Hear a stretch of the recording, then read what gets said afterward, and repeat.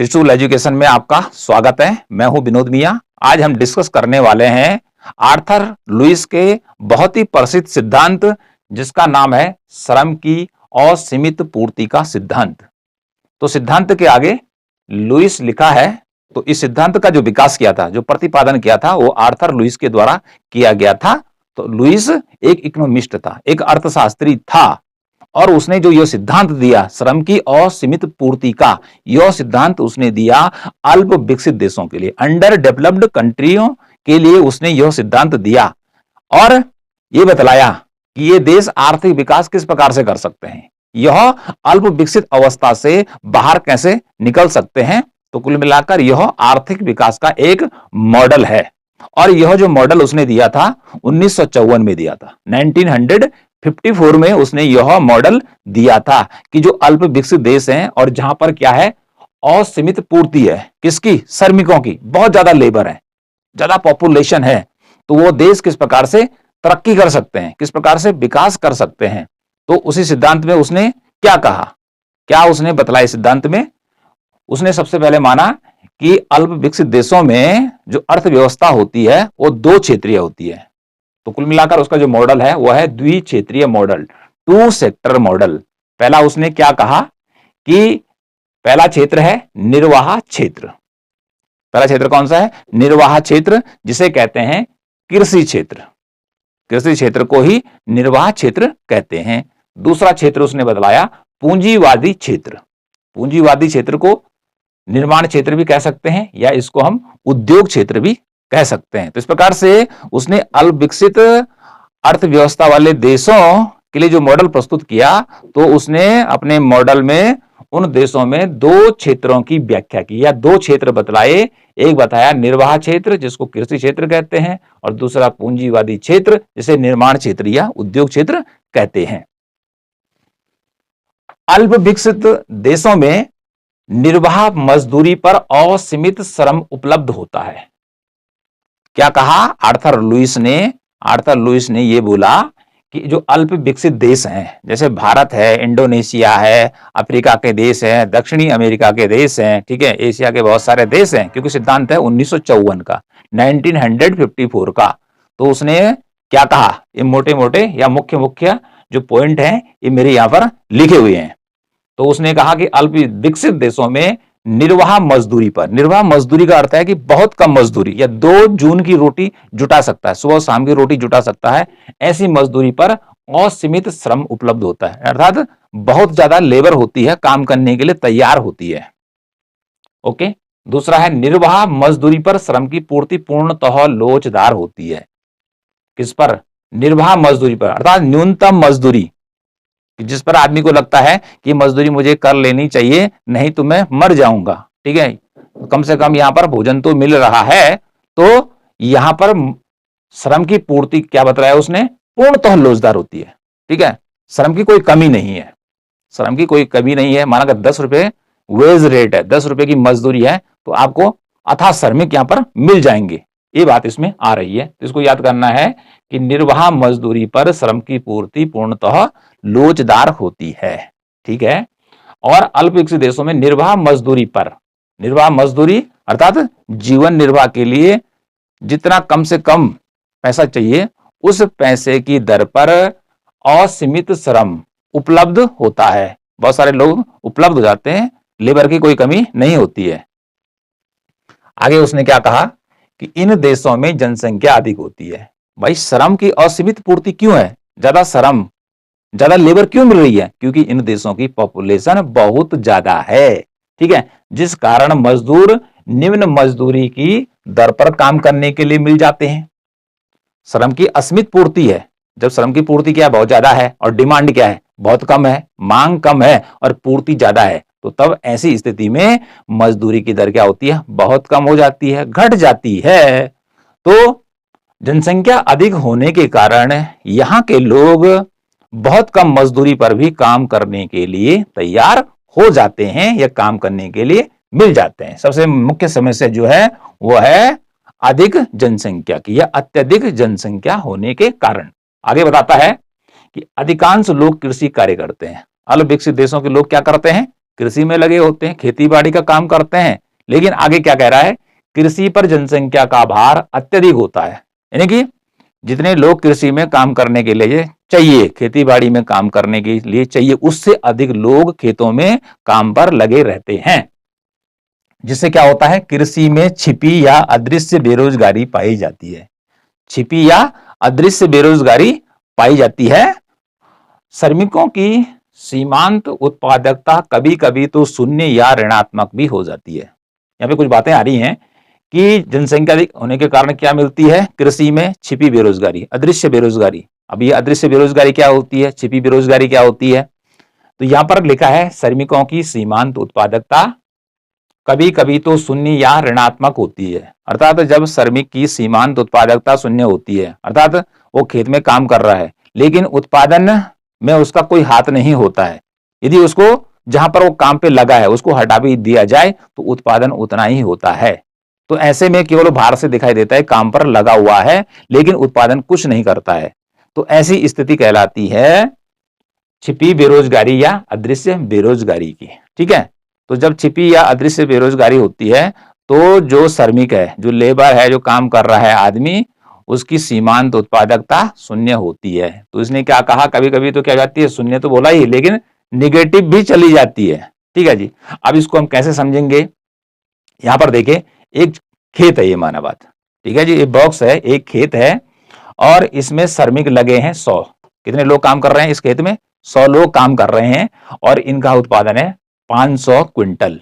500 quintal उत्पादन होता है इस खेत में, कितने श्रमिक लगे होने पर, 100 श्रमिक लगे होने पर। ठीक है, लेकिन ये क्या कहता है कि 100 में से यदि हम क्या करें, 50 श्रमिक घटा दें, ठीक है जी, 50 श्रमिक घटा दें तो कितने बचेंगे, 50 ही बचेंगे, और तब भी उत्पादन कितना होता है, 500 कुंटल ही होता है, 500 कुंटल ही होता है।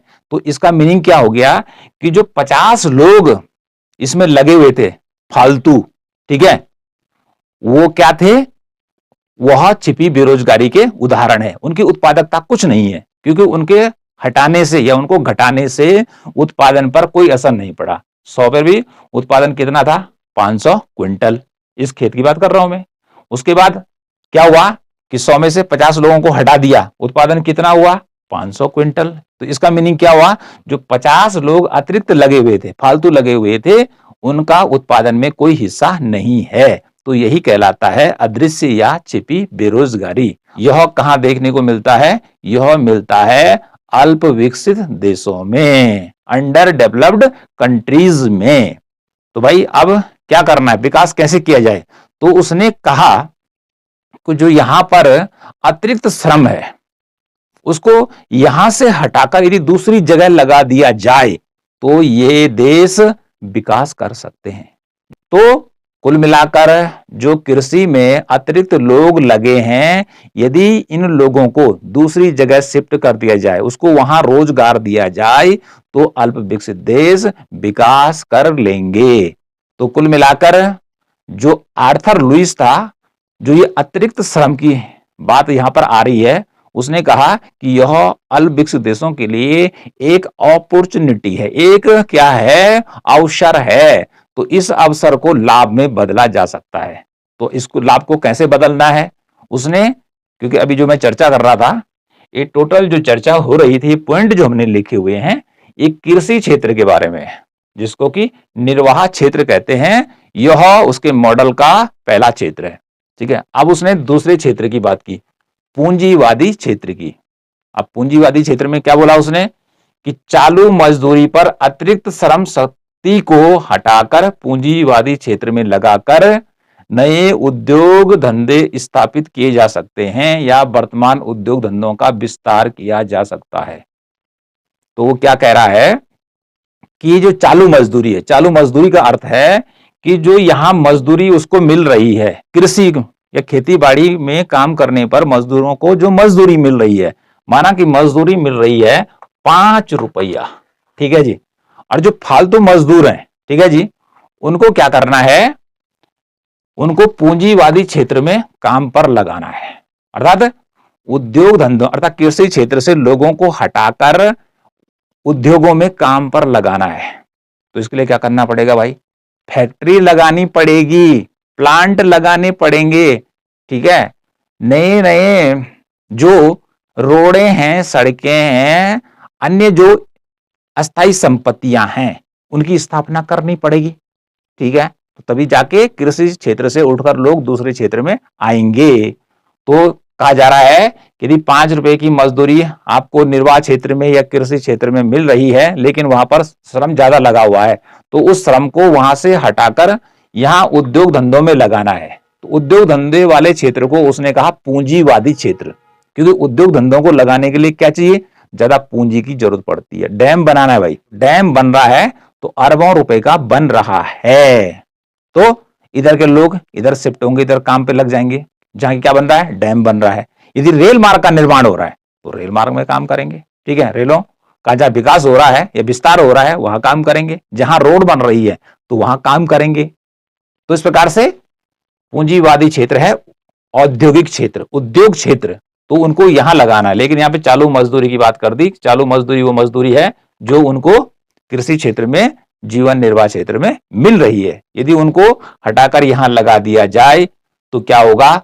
उद्योग धंधे स्थापित किए जा सकते हैं, क्योंकि उद्योग धंधों को चलाने के लिए भी लेबर की जरूरत होती है। बिना आदमी के उद्योग धंधे अपने आप नहीं चलने वाले हैं। ओके, तो इससे क्या होगा कि नए उद्योग धंधे लगेंगे, और जो पहले से उद्योग धंधे उस कंट्रीज में लगे हुए हैं, उन देशों में लगे हुए हैं, वो भी आगे बढ़ेंगे, ठीक है। एक के बाद दूसरा, तीसरा, चौथा, इस प्रकार से फैक्ट्रियां खुलती चली जाएंगी। अगला है चालू मजदूरी पर जो श्रमिक पूंजीवादी क्षेत्र में आएंगे, क्योंकि जो कृषि श्रमिक होते हैं अनपढ़ हैं, क्योंकि अल्पविकसित देशों की सबसे बड़ी समस्या है ओवर पॉपुलेशन की, अधिक जनसंख्या की, और साथ में क्या है? स्कूल तो वहां है नहीं, तो सारे लोग या अधिकांश लोग क्या है? अनपढ़ हैं। तो जब अनपढ़ लोग कहां आएंगे? पूंजीवादी क्षेत्र में आएंगे, उद्योग धंधों में काम करने के लिए आएंगे, तो भाई फैक्ट्री को कैसे चलाएंगे? उन्हें क्या पता कि मशीन कैसे चलाई जाती है, कौन सा बटन दबाना है, कहां से स्टार्ट करना है, क्योंकि औद्योगिक क्षेत्र का तरीका तो दूसरा है, ठीक है। तो यहां पर क्या होगा कि वे मजदूर क्या होंगे? अकुशल होंगे, ठीक है, ट्रेंड नहीं होंगे, ट्रेंड नहीं होंगे। माना बाइक है और बाइक को ठीक करना है, और कोई मजदूर कहां से आ गया? कृषि क्षेत्र से आ गया कोई लेबर, ठीक है। अब उसको दे दिया, लो बेटा इस बाइक का इंजन तुमने ठीक करना है, इंजन खोलिए। अब उसे क्या पता है भाई कैसे खोलना है इसका इंजन, क्योंकि वो तो इस काम को जानता ही नहीं है, इस काम करने के लिए वो बना ही नहीं है। तो उसको यदि इस काम करने के योग्य बनाना है तो क्या करना पड़ेगा? उसको ट्रेनिंग देनी पड़ेगी। क्या देनी पड़ेगी? ट्रेनिंग देनी पड़ेगी। उसको बाइक कैसे खोलते हैं इंजन बतलाना पड़ेगा ना। फिर इंजन के अंदर कौन कौन से टूल लगे हुए हैं, कौन कौन से उपकरण लगे, ये बताना पड़ेगा उसको। तो धीरे धीरे करके क्या करेगा? उसको सीखने का काम करेगा। तो चालू मजदूरी पर जो श्रमिक निर्वाह क्षेत्र से पूंजीवादी क्षेत्र में आएंगे वो अकुशल होंगे, अनट्रेंड होंगे, उनको काम करना नहीं आएगा मशीनों में, तो समस्या आ सकती है, ठीक है। लेकिन आर्थर लुईस ने क्या कहा? ये समस्या ज्यादा लंबी नहीं रहने वाली है, ये कुछ समय के लिए रहेगी, फिर उनको ट्रेनिंग दे दी जाएगी और वह काम करने लायक बन जाएंगे। ऐसा किसने बोला? आर्थर लुईस ने बोला। फिर क्या होगा? पूंजीवादी क्षेत्र में पूंजीवादी अतिरेक उत्पन्न होगा। पूंजीवादी क्षेत्र में पूंजीवादी अतिरेक उत्पन्न होगा, जिसका पुनर्निवेश करके आर्थिक विकास होगा। तो कुल मिलाकर जो आर्थर लुईस कह रहा है कि निर्वाह क्षेत्र से जब मजदूर यहां आएंगे, कहां? पूंजीवादी क्षेत्र में, उद्योग धंधों में काम करेंगे, तो यहां पर जो वह उत्पादन करेंगे, जो कृषि श्रमिक की जो उत्पादकता होगी वह ज्यादा होगी। ज्यादा होगी मीनिंग, अब यहां पे देखिए कैसे ज्यादा होगी कि मजदूरी मिल रही है 10 रुपया एक मजदूर को, वह उत्पादन कर रहा है 20 रुपये का, ठीक है जी। तो 20 में से 10 गया 10, तो 10 रुपए बचेंगे। ये किसके होंगे? पूंजीपति के, मालिक के होंगे। ये छोटा सा उदाहरण है। तो 10 रुपए होंगे, बचत हो जाएगी। तो इस बचत को पूंजीपति क्या करेगा? पुनः निवेश कर देगा। पुनः क्या कर देगा? उत्पादन कार्यों में लगाएगा। यदि एक फैक्ट्री उसके पास है और यदि वो ठीक चल रही है तो दूसरी फैक्ट्री खोलेगा, ठीक है। दो से भी उसको और फायदा होता है तो फिर क्या करेगा? तीसरी खोलेगा। ऐसे ही किसी ने मार्केट में दुकान खोल दी, क्योंकि उद्योग धंधे शहरों में होते हैं भाई, गांव में नहीं होते हैं, तो शहरों में होते हैं। तो माना कि हमने एक दुकान खोल दी, ठीक है, दुकान ठीक चल पड़ी, तो आदमी क्या करता है, यार एक दूसरी दुकान ही बना देते हैं, ठीक है, तीसरी बना देते हैं, क्योंकि उसका पैसा आया ना। तो वो क्या हो रहा है कि पैसा बचत फिर निवेश, बचत निवेश, उसको लाभ हो रहा है। और कृषि क्षेत्र में क्या हो रहा है, निर्वाह क्षेत्र में, कि मजदूरी इतनी है, ठीक है, कि वो 2 टाइम की रोटी भी उसको नहीं मिल पा रही है, पैसा खत्म, बचत शून्य। तो विकास करना है तो क्या चाहिए, बचत, और बचत के बाद निवेश, तो सेविंग फिर इन्वेस्टमेंट, फिर सेविंग, इस प्रकार का क्रम चलता रहेगा। तो पूंजीवादी क्षेत्र में जो अतिरेक उत्पन्न होगा, ठीक है, कैपिटलिस्ट सरप्लस उत्पन्न होगा, जैसे हमने यहां पे कहा 10 रुपए के रूप में, तो यह पूंजीपति के द्वारा पुनः निवेश कर दिया जाएगा। और इस प्रकार से अल्प विकसित देशों में क्या होगा, आर्थिक विकास होगा। अब बात आती है कि डायग्राम पर या रेखा चित्र पर आर्थर लुईस ने ये बात कैसे समझाई है। तो यहां पर ये डायग्राम बना हुआ है। तो डायग्राम बनाने के लिए पहले आप क्या करेंगे, 2 एक्सिस ड्रॉ कर लेंगे, एक खड़ी लाइन और एक पड़ी लाइन। जो ये पड़ी लाइन है O और X, इसका जो टाइटल होगा श्रम की मात्रा, क्वांटिटी ऑफ लेबर, ठीक है, ये श्रम की पूर्ति को बतलाने का काम करेगा, ठीक है। और जो OY अक्ष है, जो खड़ी लाइन है, इसका जो टाइटल होगा वो होगा मजदूरी और सीमांत उत्पादकता। 2 चीजों को एक खड़ी वाली लाइन बतलाने का काम करेगी, ठीक है। तो इस प्रकार से श्रम की मात्रा, मजदूरी और सीमांत उत्पादकता के बीच क्या संबंध है, ये रेखाचित्र बतलाने वाला है। अब आपने क्या करना है, यहां से कुछ दूरी लेकर ऊपर की तरफ एक लाइन खींचनी है, सीधी लाइन खींचनी है, डॉट डॉट करिए, या आप सीधे भी खींच सकते हैं, ठीक है, और वह इसी के पैरेलल होगी। तो इस प्रकार से आपने एक लाइन खींच दी, ये वाली, इस पे लिखा है SS। ये जो लाइन है ये बतला रही है निर्वाह क्षेत्र की मजदूरी, कि निर्वाह क्षेत्र की मजदूरी को यह लाइन बतलाने का काम कर रही है, ठीक है। तो मजदूरी कितनी है निर्वाह क्षेत्र की या कृषि क्षेत्र की, O से लेकर S तक है, कितनी है, O से लेकर S तक है। और ये जो है श्रम की पूर्ति को भी बतला रही है कि मजदूरी की दर बिल्कुल फिक्स है, O से लेकर S है, और इस दर पर माना कि 5 रुपए का रेट है, तो इस रेट पर आप कितनी भी क्या कर सकते हैं, श्रमिक की मांग कर सकते हैं, श्रमिकों को काम पे लगा सकते हैं, क्योंकि श्रमिक ज्यादा है, ठीक है। इसलिए यहां पर कहा गया है कि श्रम की जो पूर्ति होती है पूर्णतः लोचदार होती है। तो जब श्रम की पूर्ति पूर्णतः लोचदार होती है तो उसकी लाइन एकदम से पड़ी होती है। इससे ऊपर आपने क्या करना है, एक लाइन और ड्रॉ करनी है, और इसको सीधे ड्रॉ करना है। इस पे लिखा है WW। WW क्या बतला रही है, ये बतला रही है पूंजीवादी क्षेत्र की मजदूरी। किस क्षेत्र की मजदूरी, पूंजीवादी क्षेत्र की मजदूरी। तो यह भी कैसी है, पूर्णतः लोचदार है। इसको भी आप पढ़ा बना लेंगे, यहां पे लिखा है WW। तो जो पूंजीवादी क्षेत्र में श्रमिकों को मजदूरी मिलने वाली है वह ज्यादा मिलेगी, इसलिए इसकी लाइन क्या है, ऊपर है। और निर्वाह क्षेत्र की मजदूरी क्या है, कम है, तो इसलिए ये रेखा नीचे रखी गई है। तो कोई बहुत बड़ी बात तो है नहीं, ये 2 लाइनें आपने ड्रॉ करनी है, ठीक है। अब क्या करेंगे कि ये जो लाइन हमने ड्रॉ की है यहां से, जिसको नाम दिया है P1, तो इससे कुछ दूरी ले लेंगे और यहां से एक लाइन खींच लेंगे नीचे की तरफ। इस पे लिखा है हमारा MP1। MP का मतलब होता है सीमांत उत्पादकता, मार्जिनल प्रोडक्शन या मार्जिनल प्रोडक्टिविटी को ये लाइन बतला रही है। तो कुछ ऊंचाई से लेकर इस प्रकार से, और जहां पर ये वाली MP1 लाइन इसको काटेगी, अर्थात WW रेखा को काटेगी। यहां से आपने क्या करना है, एक लाइन ड्रॉ नीचे करनी है, यहां पे लिखना है N1। क्या लिखेंगे, N1। तो इसका अर्थ क्या होता है, देखिए ON क्या है, श्रमिकों की मात्रा है जो काम पर लगाए जा रहे हैं, जिनको रोजगार दिया जा रहा है। तो उस समय उनकी मजदूरी कितनी है, O से लेकर W तक है। कितनी मजदूरी है, O से लेकर W तक है। ये किस क्षेत्र की मजदूरी है, ये आपको बतलाई जा रही है पूंजीवादी क्षेत्र की मजदूरी। जो फैक्ट्रियों में काम कर रहे हैं उनकी मजदूरी क्या है, ज्यादा है, ठीक है। अब देखिए यहां पे हमने बात की थी कि पूंजीवादी अतिरेक तो यहां पर प्राप्त होता है, अर्थात जो पूंजीपति है, जो फैक्ट्री का मालिक है, उसको दिहाड़ी कम देनी पड़ती है लेबर को, और उसको फायदा ज्यादा होता है। तो उसका फायदा कहां पर है? यहाँ पे देखिए, यहां से लेकर तो वो क्या कर रहा है, श्रमिक काम पे लगा रहा है, मजदूरी दे रहा है यहां पर, क्योंकि यहां पर संतुलन का बिंदु है ये रेखा, इसको नीचे की तरफ आप ड्रॉ करेंगे, इस पे MP1 लिखा जाएगा। ठीक है जी, यहाँ पे काटा, तो मजदूरी क्या है, ये है। लेकिन यहां से लेकर यहां तक ये वाला क्षेत्र, ये वाला, इतना उसको क्या हो रहा है, लाभ हो रहा है। कितना लाभ हो रहा है उसको, WQ1P1, ये वाला, जिसपे मैंने क्या कर दिया, ये लाइन करके इसको शैडो कर दिया, ये वाला, इतना उसको फायदा हो रहा है। फायदा मीनिंग का क्या अर्थ है कि अर्थात वह 5 रुपए मजदूरी दे रहा है और उसको 15 रुपए मिल रहे हैं। इसका मीनिंग क्या हो गया,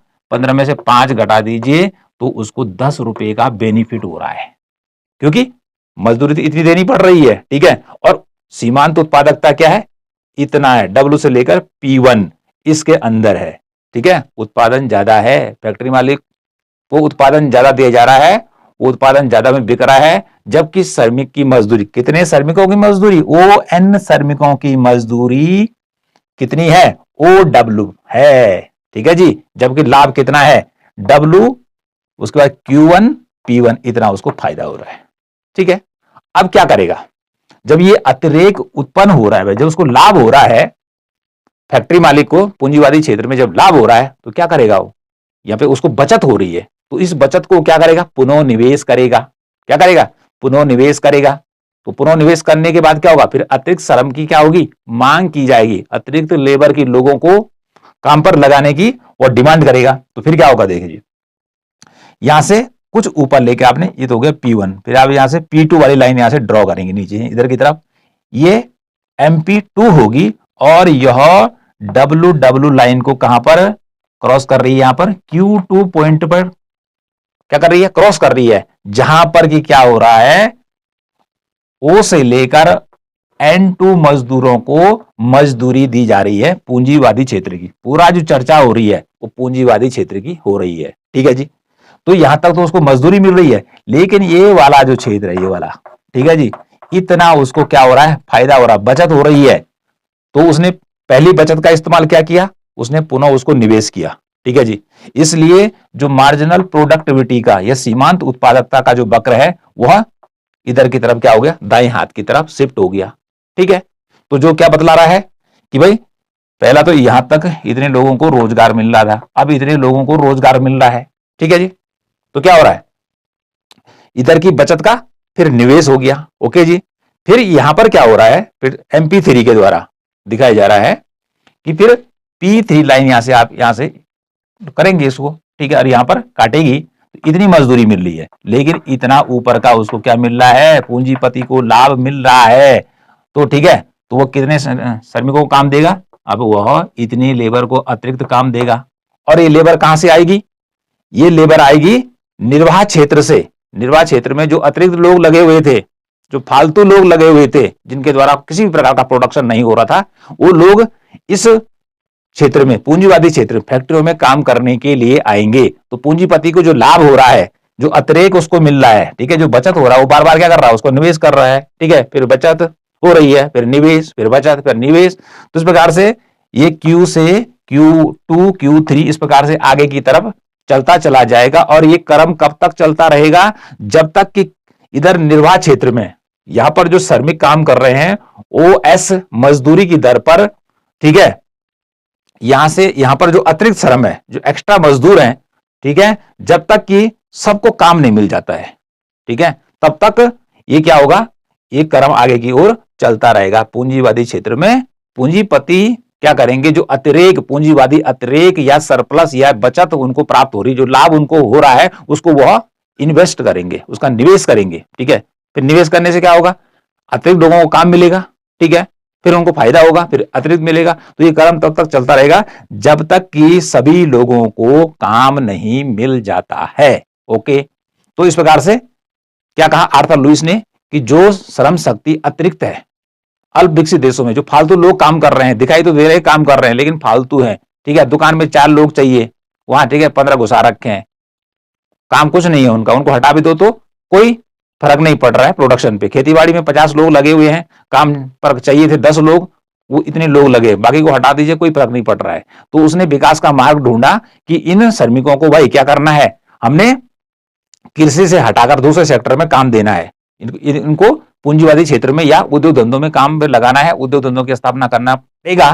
तो इस प्रकार से उद्योग धंधों में जो पूंजीपतियों को जो लाभ होगा वह उसको बार बार इन्वेस्टमेंट करते चले जाएंगे, और इससे क्या होगा कि इस निर्वात क्षेत्र से अतिरिक्त जो मजदूर यहाँ पे लगे हुए हैं वो पूंजीवादी क्षेत्र में शिफ्ट हो जाएंगे, और ये क्रम तब तक चलता चला जाएगा जब तक कि श्रमिक जितने फालतू है सबको काम नहीं मिल जाता है, ये उसने कहा। और आगे उसने क्या कहा कि जो पूंजीवादी क्षेत्र है इसकी जो मजदूरी होती है वह निर्वात क्षेत्र से 30% ज्यादा होती है।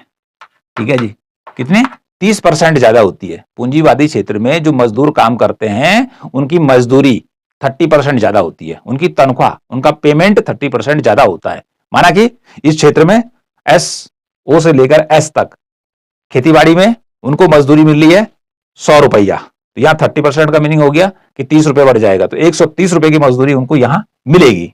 ठीक है, लेकिन उसने आगे क्या कहा, उसने ये कहा कि जब यहां अतिरिक्त श्रम इधर ऊपर चला जाएगा, कहां, फैक्ट्री में चला जाएगा, पूंजीवादी क्षेत्र में चला जाएगा, तो इससे होगा क्या कि इधर लोगों की कमी पड़ेगी, कहां, निर्वात क्षेत्र में, कृषि में। तो इससे क्या होगा कि कृषि में लोगों की कमी होने से, या जितने लोग वहां पर काम करने के लिए चाहिए उतने लोग ही वहां पर काम कर रहे हैं, तो उनकी उत्पादकता बढ़ जाएगी। उनकी उत्पादकता बढ़ जाएगी तो उत्पादकता बढ़ने से क्या होगा, उनकी मजदूरी भी बढ़ जाएगी। ठीक है जी, उनकी मजदूरी भी बढ़ जाएगी, और फिर क्या होगा, इधर का प्रेशर ऊपर वाले क्षेत्र में भी जाएगा, पूंजीवादी क्षेत्र में, क्योंकि पूंजीवादी क्षेत्र अर्थात फैक्ट्रियां शहरों में होती है, और शहरों में रहने सहने, मकान का किराया, हर चीज क्या होती है, महंगी होती है। तो इसलिए पूंजीवादी क्षेत्र में काम करने वाले लोग भी ज्यादा मजदूरी की मांग करेंगे, अपने श्रमिक संघ बनाएंगे, ठीक है, आंदोलन करेंगे, तो इससे उनकी मजदूरी भी क्या होगी, स्वतः ही बढ़ जाएगी। तो इस प्रकार से आप इस डायग्राम को बना लेंगे। तो ये डायग्राम क्या बतला रहा है, श्रम की मात्रा और मजदूरी और सीमांत उत्पादकता के बीच के संबंध को बतलाने का काम कर रहा है। ओके, तो ये अतिरेक का क्षेत्र है, लाभ का क्षेत्र है ये वाला, ठीक, और मजदूरी यहां पर है। ठीक है, कि ON श्रमिक जब काम पे लगाए जा रहे हैं तो OW मजदूरी दी जा रही है, मतलब मजदूरी वही है। ठीक है, मजदूरी का रेट नहीं बदल रहा है। अब श्रमिक यहां से इतना N2 श्रमिकों को दिया जा रहा है, लेकिन मजदूरी क्या है, OW है। फिर क्या हुआ, उसको लाभ हुआ, किसको, ये ऊपर की ओर सरक गया, पहले यहां था, फिर दाईं ओर शिफ्ट हुआ, फिर शिफ्ट हुआ। अब P3 अर्थात Q3 पर श्रमिकों को कितने श्रमिक लगाए जा रहे हैं, N3 श्रमिक लगाए जा रहे हैं सांकेतिक भाषा में।